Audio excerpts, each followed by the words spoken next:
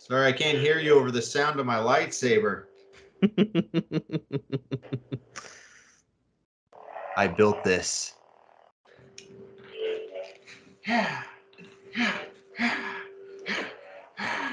Sean, we got to get back to talking about Andor. Oh, hold on. What did you want to talk about? Andor. Do it! Well, everyone, it looks like it's just going to be me this week. Sean is cosplaying over there. Jedi Kid from 2004 over there. Okay, let's start this thing. Oh, that's it. Oh, everyone, this is my home office here. Let me get my very relevant background. Trust me. We're both pulling things from non-Star Wars properties this time. You're pulling something from The Crown. I got something from Little Miss Wonder Woman. They also flew through the eye, I guess. Very true. I got my boy Peter Townsend over here, aka the premier banker of Chandrilla. Yep.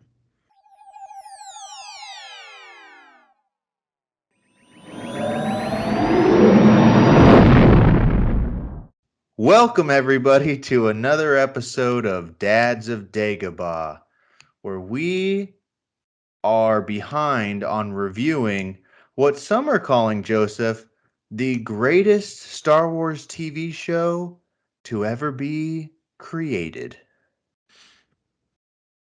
Is it better than Mandalorian? Let's It's a get bold into claim. it. It's a bold claim.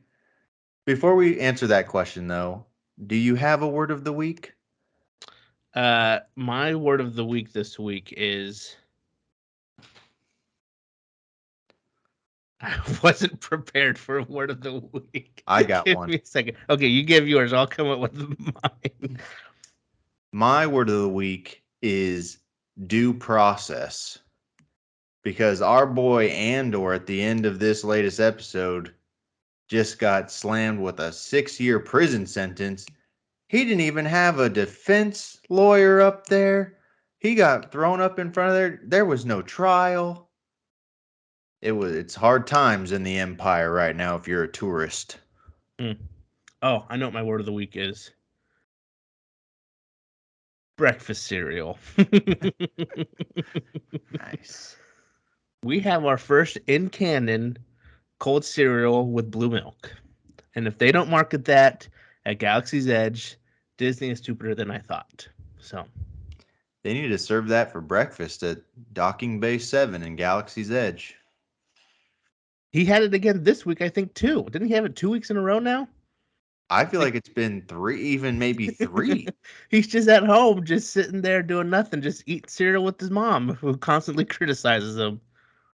Dear old Mrs. Fig. That could have That's been my background. that should have been mine. Come on in, darling. Listen, this is a fantastic show. Sean's been out for the past couple weeks, and it's kind of been well. The first week was the mid episode of the heist 3-parter. So I was like, Sean, it's okay that you're gone. There's not a lot to talk about other than flawless. Then last week, Sean was gone again, which was kind of a bummer because I got so many texts from people asking, is that the season finale? Like, is that it? Like, such a good conclusion to the show for some people. And I had to remind them, no, there's like 5 or 6 more episodes coming. So we have more ahead of us. And we got that today with the episode titled Announcements. No, is that what it's called? I didn't even look, to be honest with you.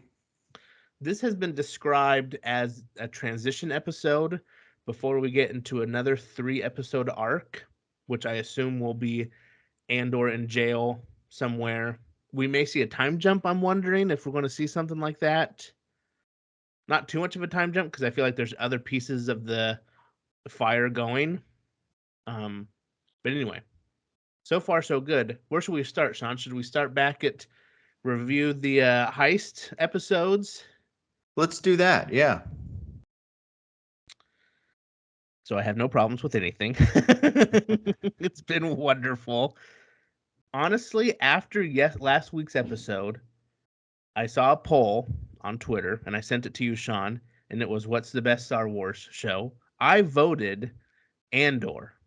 To me is the best one so far. Better than Mandalorian. I think Mandalorian still won that poll, but Book of Boba Fett uh did not do well. Hmm.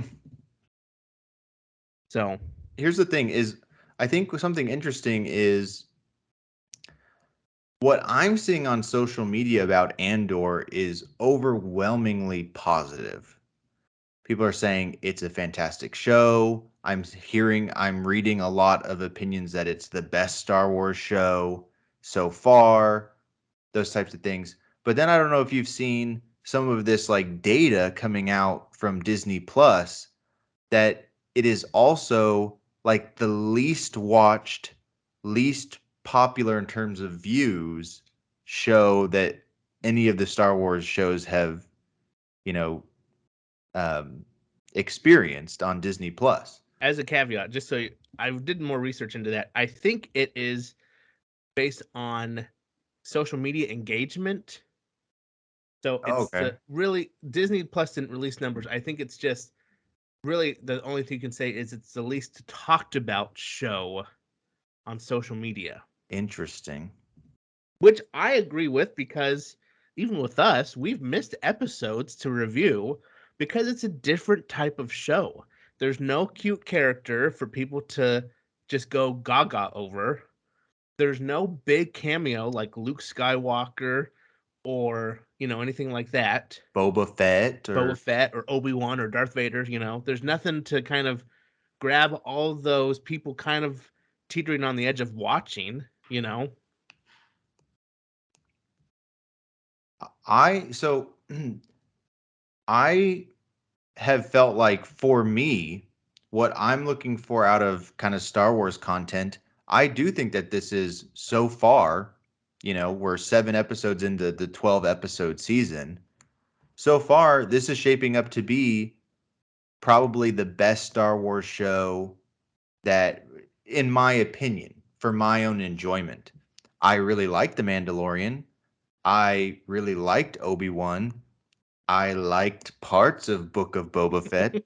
Um, but I think what I like better about this style of storytelling that we're getting in Andor as opposed to Mandalorian, I remember when we were reviewing the first season of The Mandalorian, I had a hard time following the narrative from episode to episode because each episode felt very standalone. Yes. Uh-huh. The story did not build on itself very much. There were very minor threads, and it was an incredibly slow burn with Mandalorian.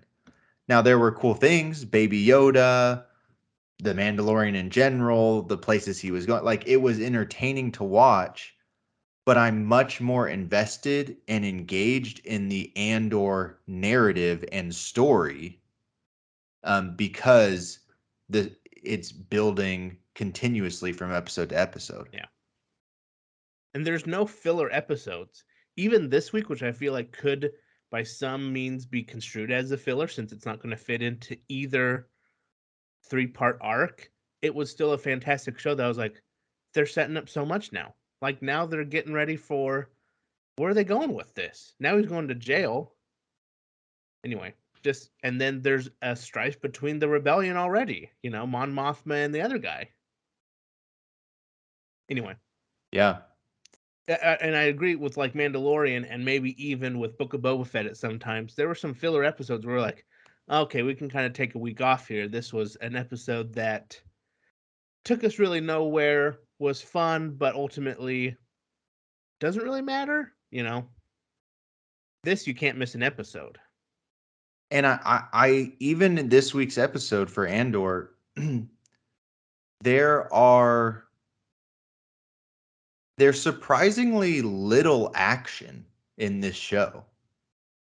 And yet I feel personally like every sequence is important, and like you said, I don't feel like I'm watching filler. Case in point, we talked about this last time we recorded. In Book of Boba Fett, that whole sequence of the Vespa chase through Mos Espa by the young, you know, Razor Scooter gang or whatever they were, that was complete filler. Just absolutely complete filler in the Book of Boba Fett.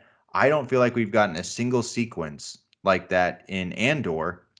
And even when you could on paper say not much is happening right now in Andor, because of the story that they've built and the character development that they've done, I feel like there's suspense. There's suspense, there's anticipation of um, what Andor is going through in this last episode.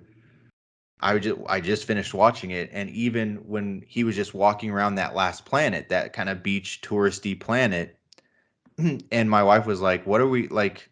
Is this just supposed to be showing that he's like nervous?" I'm like, I feel the tension of even when he's supposed to be in this vacation destination, kind of, he is supposed to have run away here to just Yeah, kind of like relax. James Bond on a private island somewhere, right? Yeah, he still has to look over his shoulder, and there's a tension of just walking around.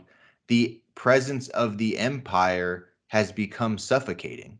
Like he cannot escape it. Because of what he did, mind you. He Right. did it to himself, Yeah. right? Yeah, and where a chase scene probably would have been put in there, running from stormtroopers, they didn't. It was a slow, hey, just tension filled conversation with a short trooper.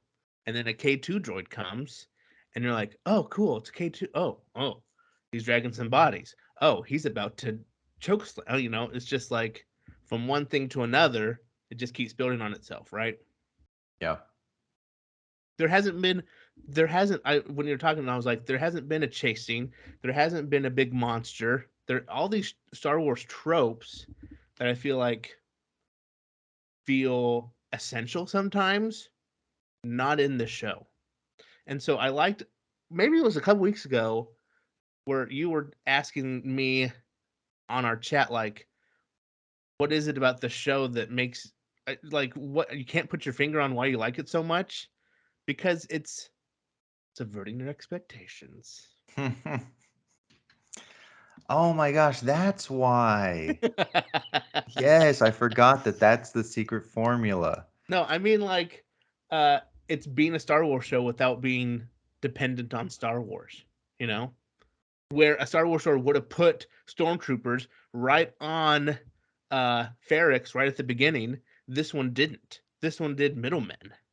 You're like, who are these guys? And they didn't introduce the Empire for like 3 episodes. Yeah. And a lot of the other shows that we've gotten so far um play heavy to nostalgia, fan service type things, and I like that. I'm not criticizing the other shows. I like Mandalorian. I like the Obi-Wan show, and that fan service that they do, I'm eating it up. But it is a nice change of pace to go into this show with an established character from Rogue One, which is a popular Star Wars movie. But we talked about this before the series started. I wasn't necessarily super hyped about an Andor show. Like, oh my gosh, like I love this character and I need to see a whole 12 episode season about him. I remember even thinking, we're only getting 6 episodes for Obi-Wan, but we're doing 12 episodes for Andor. Like, why are we doing that? that's still Well, that's still questionable to me. I still don't know why we only did 6 for Obi-Wan, but anyway. but I think, again, going back to the type of story that they're telling right now with Andor, it is um it is a good story and a engaging narrative that they have set in the Star Wars universe. It's not dependent on being in the Star Wars universe. Mm-hmm. And so, yeah, I'm excited. it was probably I don't know what episode 2 or episode 3, because a lot of them came out at the beginning of the season, that I was like, okay, this is like really good. Why is this show so good? And I was still trying to come to grips with, I do feel like it's an amazing show, but I can't quite articulate what is different about it and why I like it more than some of the other Star Wars shows. It's well written. It's well acted. It's well directed. It's shot on location. You know. Yeah. Well, I think that last week's episode 6, The Eye, or the conclusion of the heist arc, was about as good an episode of television as you can create. From start to finish, it was like, this is just by itself. That 45 minutes to me was like, if I was just to isolate that and not even have any of the other episodes of the show, that episode by itself would maybe make, number 5 or 6 on my Star Wars movie rankings. It's Wow. better than a lot of Star Wars movies. Wow. That's how I feel about that. I thought it was a great episode too. Uh, the I want to talk a little bit more about that episode specifically, though, because there are some things that I felt like were very surprising. Namely, Cassian just murdering that guy at the end was shocking. yeah. Oh yeah. Yeah. Shocking. Of course. Yeah. I mean, what was the motivation there? Are we supposed to feel like Cassian was justified in doing that? Just because the guy suggested, hey, let's double cross these guys and steal the money, are we now sympathizing with Cassian that he murdered him? Couldn't Cassian have just been like, no, I'm not going to do that? Yeah. I don't know why. Maybe he feared for his life. Maybe he thought it's either this guy or me. Kind of the same Han Solo versus Beckett sort of thing, right? I got to double cross you first. Maybe so. Because now we're seeing he went into the doctor's tent with his gun up, basically being like, I don't know who else might try to betray me or what's going to happen. I just want to get my money and get out of here. Mm-hmm. But now we're seeing that Luthen and, those two women there, she has marching orders now to find Cassian and to tie up Yeah. the loose end. I don't understand the point of that. You hire this guy for a job, they successfully do it. Just rehire him. Why do you got to kill him? And I understand, like, oh, he's a loose end, but what indicates to you that he was a loose end? It seems like he just fulfilled his obligation and went his merry way, right? Yeah. Unless she reported back he killed Skeen. Oh yeah, maybe they did mention that in that little conversation. Yeah. But because doesn't she say something like, "We don't care much about skiing" or something like? yeah. Anyway, Well, I thought again, episode 6 was really good. I loved the whole like the commanding officer for that base and his family was like, you're a deadbeat dad, basically, and he's like, hey, if we want to get restationed off of this planet, we got to play the game here. do you think she killed the family? Cinta? Uh huh. I don't know, but I do remember thinking like, what was the plan to get her off the planet? I mean, she's still there, right? She's still I don't. there, and we see her hoverboarding down the mountainside, but I don't know how she's getting off planet now that a Star Destroyer's in town. Yeah, what is her? What's her? I mean, is she just reporting back what's happening? I don't know. I don't know either. Anyway, But yeah, I thought last week's episode, with the whole end of that heist and them in the Imperial, disguises and saying, if we meet soldiers from the garrison, we're from Alkenzi. If we meet soldiers from Alkenzi, we're from the garrison. And they're just like, we just got to try to play this off. And I felt like there was tension the whole time with that. The whole time that the natives had come up and the Donnie had come up for their ceremony, and the Imperials are all, and that one Imperial across the way kind of gives them all a look. I'm like, at any second, I'm like, uh-oh, Eggs cover's up. about to be blown. And yeah, anyway, I thought it was really well done. But our, foreshadowing for Rogue One, the majority of the crew gets taken out. Yeah. And they don't really treat their deaths heroically. No. There's no hero's death. There's no other than the kid. He kind of gets the most screen time, but like the former stormtrooper and the other guy, the Lieutenant infiltrator, Gorn. Yeah. I was like, oh, they died. How? When did they? I had to go back and read. I'm like, oh yeah, oh they got. Oh okay, they left them behind. Yeah. So Yep. Yeah, I just felt like, okay, like this is, we kind of got that in Rogue One, our first introduction to Cassian when he shoots that informant in mhm. at the beginning of, Rogue One. Um, but I feel like that vibe has continued through this show of, this is a lot of times unceremonious, not heroic, and it's just gritty. But anyway, Can I confess to something that I confessed to Abby that she thinks is funny? When they do the heist and they're like, "What are we stealing? The entire Imperial Navy sector payroll." I had in my mind a bunch of documents, a bunch of pay stubs, W-2s, 1099 INTs, just like personnel files, until they open the vault. And I'm like, oh, it's credits. That makes a lot more sense. Like, is this an intel operation? They're trying to find out who works for the Empire? I don't understand what they're doing here. okay, that's so funny because Corey said the same thing when we watched the episode. She's like, I thought it was going to be like the names of everybody working in the Empire. That's right. And I thought, for whatever reason, I thought when they kept saying payroll, I kept thinking it was like bombs.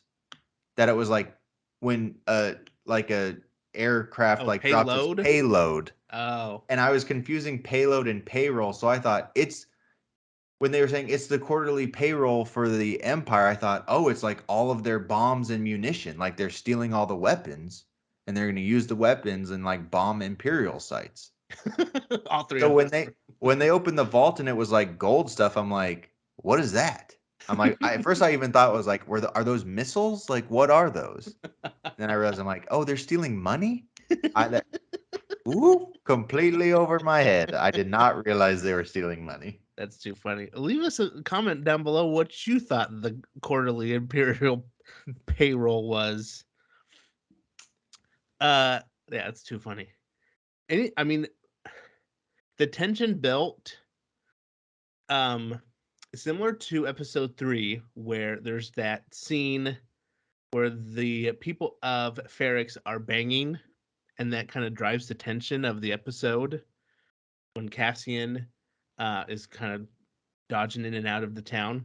Was similar to episode 6, where the people of name the planet Aldani. Aldani are singing that song, just drove the tension, just like something's going down. The chanting, yes. And it was, I mean, they almost got away scot free until the very end. And I was a little confused about what happened there.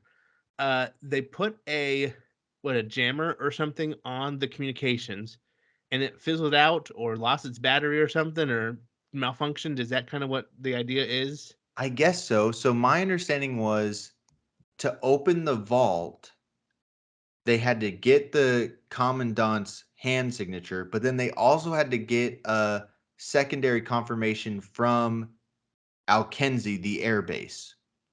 They got the commandant's hand signature, and then they blew up the second lock, which sent the emergency alert to Alkenzi. Oh, Alkenzi's then trying to radio in and say, hey, we have We just got an error message like respond. So they knew as soon as they blew that lock that they only had a certain amount of time before the TIE fighters were going to I be got it. coming. Okay.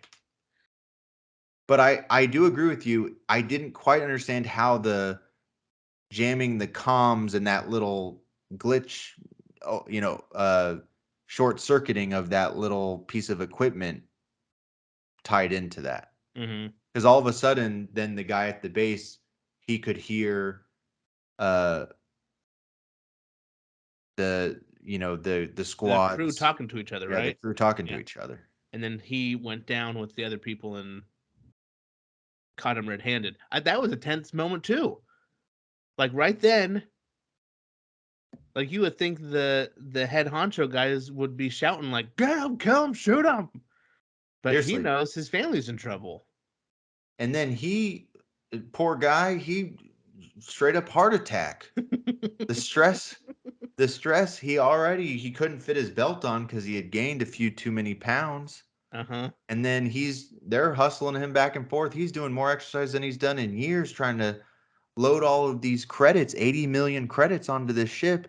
He's holding on to the shopping cart like my grandma walking through the shopping cart, leaning on it like she can't walk. And all of a sudden he's like, Lieutenant Gordon's like, tell him, Commandant, they don't have clearance to be down here. They need to leave. And he's like, actually, I'm going to need a break for a second. And he passes out. Anything else about the heist? I thought the visuals were absolutely stunning, Yeah, great. beautiful. A They little, totally delivered with what the eye looked like. a little homage to K2SO and Rogue One when it climb, Mm-hmm. climb. Mm-hmm. What was that technology? I understood like the Empire kind of forgot that technology, but was his technology reading the meteors that they were flying through and knew how to get? Is that what we're led to believe? Yeah, I don't know. I want to say that a couple episodes before when he was explaining that little box and the technology, maybe he explained it, what was going to happen, but I thought the same thing. I'm like, how does that little box know every single object projectile in the sky and where it's going to be and the velocity of it? Like it's But it but worked anyway. but it worked. And those TIE fighters were toast. Um, I don't have anything else about the heist episode. Nope, me neither. Beautiful storytelling, perfectly done. Um, Also just like a cool location. Like that's an actual dam they shot at, you know? Anyway, that's all. Let's get on to this episode. Cassian is trying to get back to his home, gets back to Ferrix, sees his adoptive mother, and something's off about her. I thought she had either something was watching her or she had been turned or something because I'm like, she seems weird all of a sudden. Did you get that same vibe? Yes, and this is what I'm talking about with they've done a great job because now anywhere Cassian goes, me as the audience member, I feel tense. And I feel like I'm like looking over my shoulder or wanting him to look over his shoulder like at any second someone's going to grab him. He's going to run into stormtroopers. I was waiting that whole sequence cuz I felt like she was acting weird. I'm like there's a stormtrooper in there. He's Mm-hmm. like around the corner or something, waiting for Cassian to incriminate himself, and then he's going to step out and be like, "You're under arrest." Yep. But it just ended up being that she felt motivated to join the rebellion and to do her part for the rebellion on Ferrix. I think this little interaction, because Andor's the hero of the show, but yet he's going against the rebellion, which is the hero of the movies, right? Mm-hmm. And I'm like, oh, this is interesting. Like, we're kind of cheering for the bad guy. And same thing with the blonde haired Imperial. You're kind of rooting for her, but she's like a baddie, you know? Yeah. They do it such a good job of making us care about, you know, I'm like, wait, we want him to be part of the empire or the rebellion, you know? Yeah. But he's like, you're crazy. What are you doing here? Well, and then he goes and visits Bix and basically finds out I was again waiting. She wasn't opening the door, and I'm like, there's an Imperial in there. Mm-hmm. The whole time I'm just waiting for him to be arrested for something not associated with what he's done, but he's out past curfew or whatever. And then, well, I guess that it does end up That's being what exactly what happens happens, at right? the He's just end walking of the down the thing. beach, He's uh he's just accused of being being part of sweaty. yeah, being part of the runners, and who knows what those runners were up to. But he goes and sees Bix, and basically she's like, you can't stay here because you're going to get turned in. Everyone Like hates you. everyone hates you. People here are blaming you for the Empire being here. And he kind of deserves the blame. Yes, I understand that Tim could have kept his mouth shut, but what's his bucket? Cyril, our poor Cyril, this guy, he's down bad. But Cyril, I You feel like gotta would love have him though. found. You gotta feel sorry for the kid. I feel like Cyril would have found Cassian even if Tim wouldn't have said anything. Like he was hot on the trail. Mm-hmm. So, yeah, Cassian had to get out of town because nobody there. And we also at this point were getting these flashbacks about Clem, which is I guess where he got his name. Yeah, his adoptive father. Yeah, and his alias that he used on Aldani, but um Clem just walking out into the street and trying to get people to stop throwing things at stormtroopers, he ends up getting hanged. Is that what Mm-hmm. we're supposed to understand? Yeah, that's what happens Wow. by cloners. Yeah. I did see a thing on Twitter or something, and I did agree with it about how, this is a good. In the original trilogy, sometimes we associated the Empire with just Darth Vader and Palpatine. They were the embodiment of the Empire, but the rest of the Empire was kind of a joke. They were inept.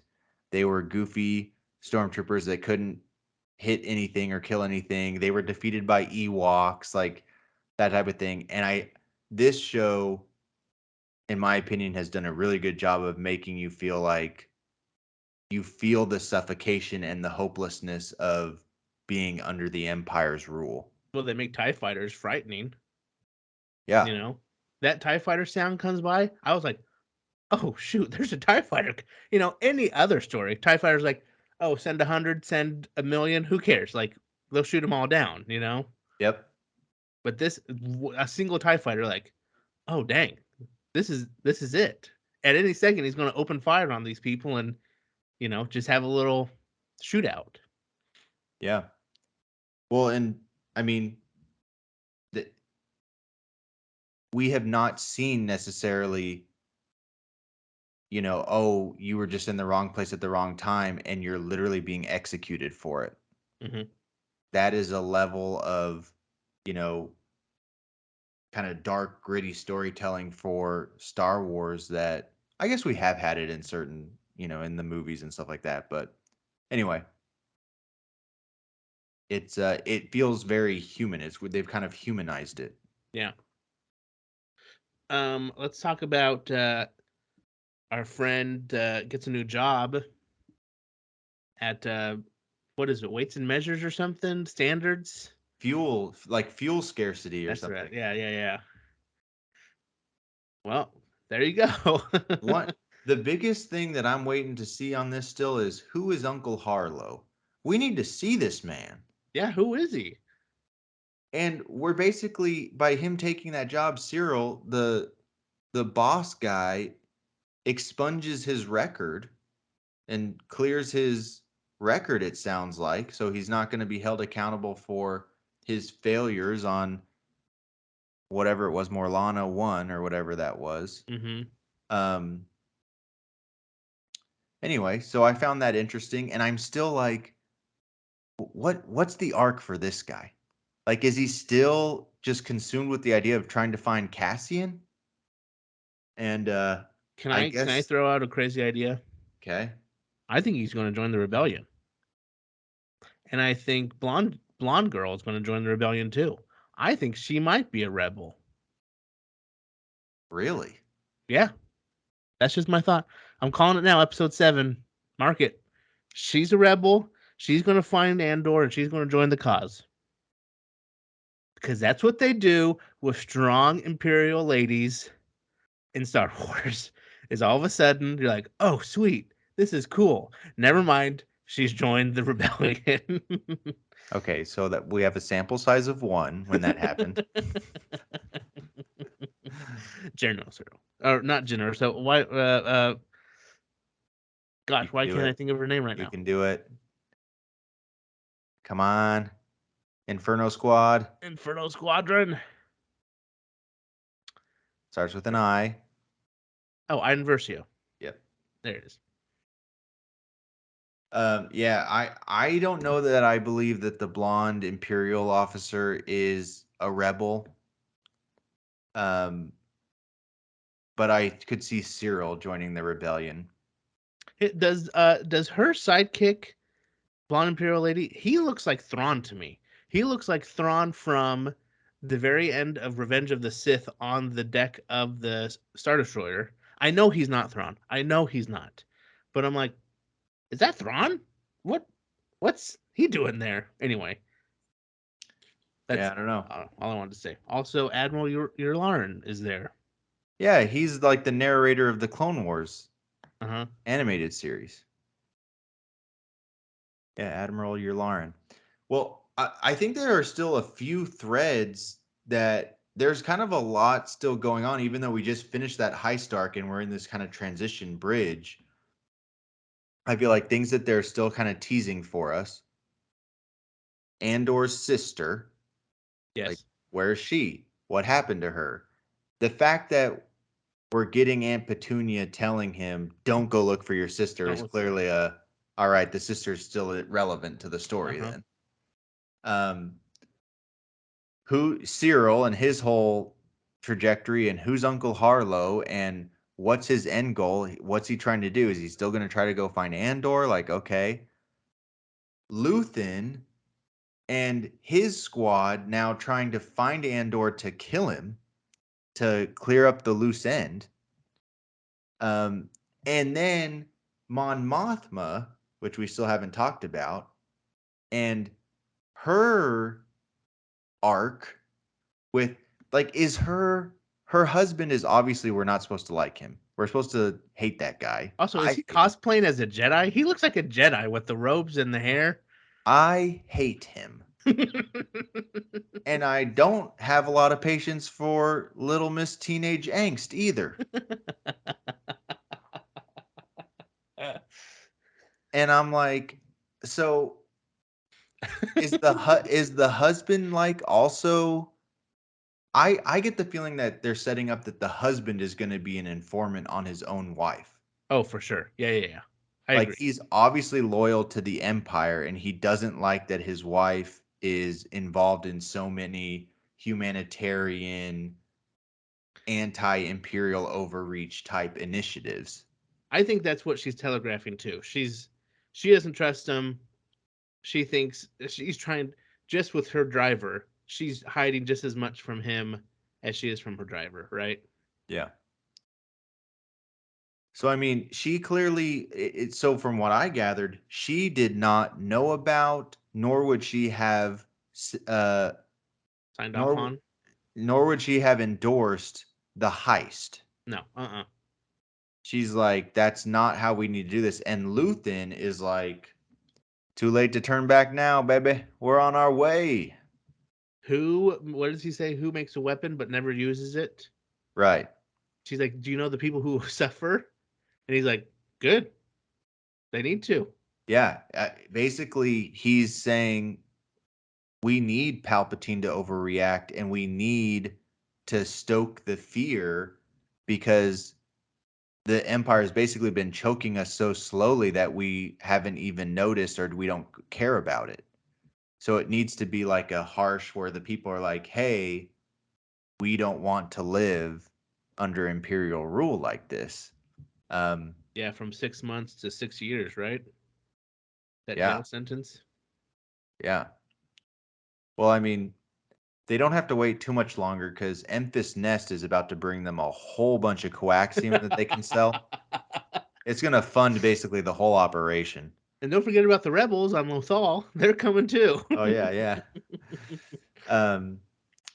Yeah, so I with Mon Mothma, I'm intrigued by her story too. It feels very separate, understandably, but she's not on the same page. It just goes to show the Rebel Alliance is not yet an alliance. No, I mean there's still Saw Gerrera out there. We haven't seen him yet. We He's in the haven't even show. seen Saw yet. Yep. They all kind of know that they want to move in the same direction, but they're not coordinated. The effort is just very fragmented and siloed. But which is interesting to watch. Yeah. I want to talk a little bit about the Senate chamber from last week. Cool. Totally empty. No one there. She's making a plea. No one's listening. They're all leaving. It was literally like we were watching Coruscant C-SPAN. I'm like, she's on the House floor and she's speaking, Senate floor. No one's listening. People are tuning it out. They're all looking at their data pads at the news out of Aldani. And she's like, what? No one's listening to me? Let me look at it. Oh, okay, yeah, what I was saying was kind of boring, I guess. I'm going to go too.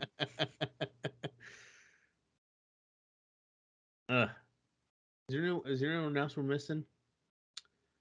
Talked about the the ISB agents seem to be going at each other's throats.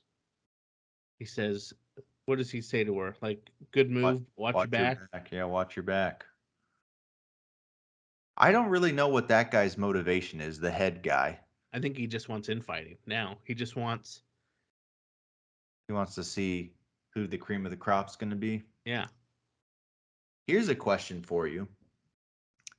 Do you think that in this show at some point, even if just a brief cameo, we will see Palpatine? No, I don't think we'll see Vader, Palpatine. I don't think we'll see any of those people. I definitely don't think we'd see Vader, but for the briefest of moments in this episode, I thought to myself, are we going to see Palpatine at some I point? think it's better served where he's just talked about. Yeah. Palpatine, Yeah, so true. Although I wouldn't be opposed to like Palpatine summons Mon Mothma to his office to discuss something. And maybe, well, yeah, that'd probably be overboard. But yeah, I'm curious to see, so what is Mon Mothma trying to accomplish? She needs money to do what exactly? If she doesn't want to for it to be a military type occupation or a military type effort like the heist, what is she going to use the money to do? What is she doing with it? She just, I don't know, trying to gain support. Assassinate Palpatine? Maybe she's trying to buy people. I don't know. That's a good question. Huh. Yeah. Questions that hopefully will be answered because her childhood friend who owns all the banks in the whole galaxy is going to be able to move her money around without people noticing. That scene was so good. He's like, I don't think you really know my my leanings, because he assumes she's with the Empire. Right. And she's like, and then she like walks him through. I don't know if you noticed, they're like walking and they go through like this sheet of glass and it's like kind of spider webby. And she's like walking him through like, actually, I am with you here. It's like, oh, what?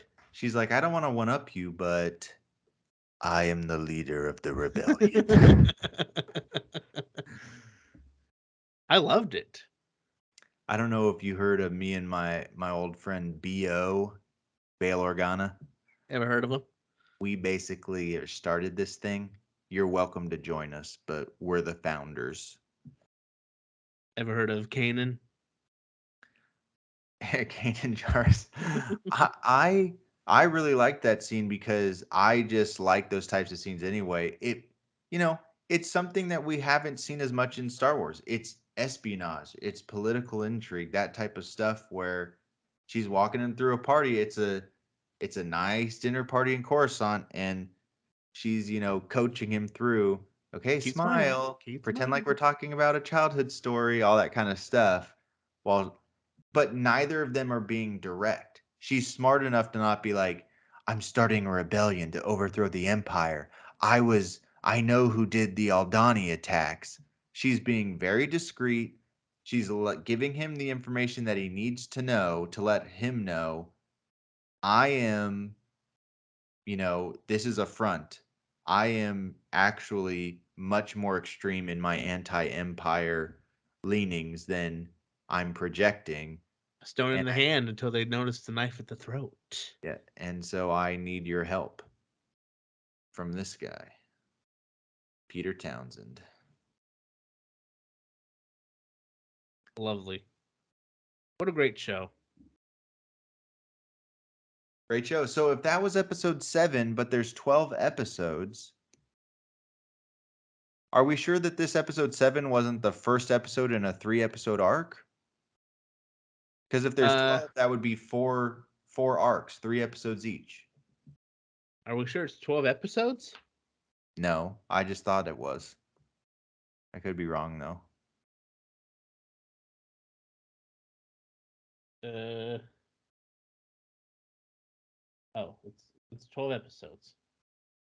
So yeah, maybe I don't know.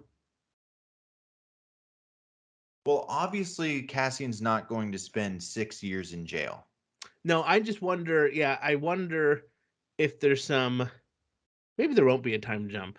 I just wondered if they're trying to make some time, let some things. Anyway, I don't know. Maybe there won't be. Because we're only, didn't it say in the first episode, we're only 5 years before the Battle of Yavin? Yeah. So we're 5 years before Rogue One. So he's got to get out of jail before Rogue One, and he has to be in the rebellion. I still think the disconnect we brought up last time we spoke about this, there is still a disconnect for me. The only disconnect I can really find is that in Rogue One, he very emphatically tells Jyn Erso that he's been in this fight since he was 6 years old, like he's been a part of the rebellion. And I'm like, he's 5 years away from Rogue One, and he's like not in the rebellion at all. Well, Leia said she knew her mother's face, so there you go. And I also have a problem with that. So we need to do a whole nother video just about that. And somehow Palpatine returned, so there's that too. So Somehow Palpatine returned. Cloning. Dark magic. see, that's what Palpatine's doing. He's cloning himself. He can't be taking meetings with Mon Mothma anymore. Seriously, he's like, I'm going to be on Exegol, peeps. See you later. I think also in a book I read that Palpatine doesn't. People don't know how disfigured he is. Like I think like on all the HoloNet stuff, he still uses his younger looking self. I think I can't remember what book that was in, but anyway, might have been in the Rogue One book. Anyway, so I don't know that he's really in the public eye anymore. Well, Sean, that takes us to the end of the episode. I am in love with the show, and I'm excited for it. And I hope that The Crown season 5 can match because it's going to be a hard thing to beat. Seriously, because I feel like after the end of the last episode of this, I'm going to go through some withdrawals on what am I watching every week. And but I agree, it's been a fantastic show. I think that there's still plenty left to keep us entertained and on our toes through the last 5 episodes of this thing. And I've appreciated that they finally took our feedback and they're doing more episodes, longer seasons, and longer episodes. Longer episodes, amen. I'm not getting a 28-minute episode. Well, And guys, how about you guys let us know down in the comments what you've been thinking about Andor? Do you agree? Do you think it's better than the esteemed Mandalorian? Where would you rank it in terms of the Star Wars Disney Plus shows? Uh, what did you think again? Payroll meant when they were heisting, and how long do you think Andor will actually spend in prison? Over under 2 months. Do you think he's getting out in 2 months? I think he's getting out very soon. I think that Luthen, the blonde-haired lady, is coming for him, and she's gonna break him out and say, I either kill you or we work together. And he's Huh? gonna say, fine, take me to Enfys Nest. And they're gonna make a love child, and that love child will be Enfys Nest. Oh, there we go. That's where Enfys Nest comes from. Finally, we figured it out. Actually, Enfys Nest already has to be old at this point. I mean, Yeah, it's not already that. born. Never mind, scratch Maybe that. Enfys Nest is Omega. There we go. Oh my gosh, Omega! I totally forgot. Yeah, we can cut this out too. But what's the next show after Andor that comes out? Bad Batch? Tales of the Jedi.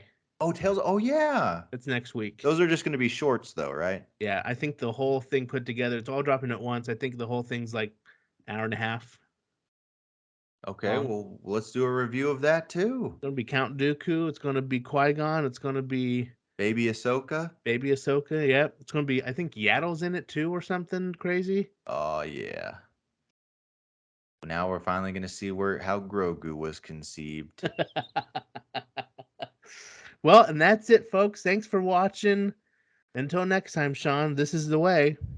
We have spoken, and we'll see you next time on On the the Dads Dads of Dagobah. Dagobah. Goodbye.